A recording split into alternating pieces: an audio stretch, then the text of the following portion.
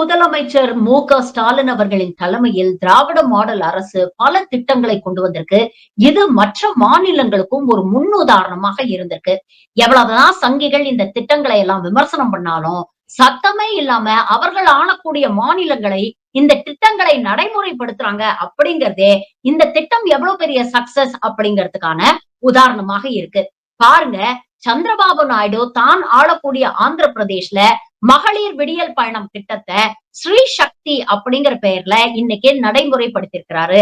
ஆந்திராவில் இருக்கக்கூடிய பெண்கள் இனி அரசு பேருந்துகளில் இலவசமாக பயணம் செய்யலாம் அப்படிங்கிற ஒரு திட்டத்தை அவர் கொண்டு வந்திருக்கிறாரு.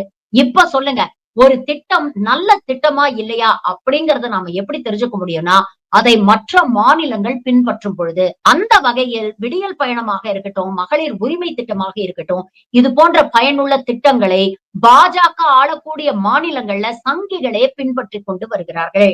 ஆனா தமிழ்நாட்டுல மட்டும் குப்புற விழுந்தாலும் மீசையில மண்ணொட்டலங்கிற கதையா இது போன்ற திட்டங்களை விமர்சித்துக் கொண்டுதான் இருப்பார்கள். மக்களாகிய நாம தான் தெளிவா இருக்கணும்.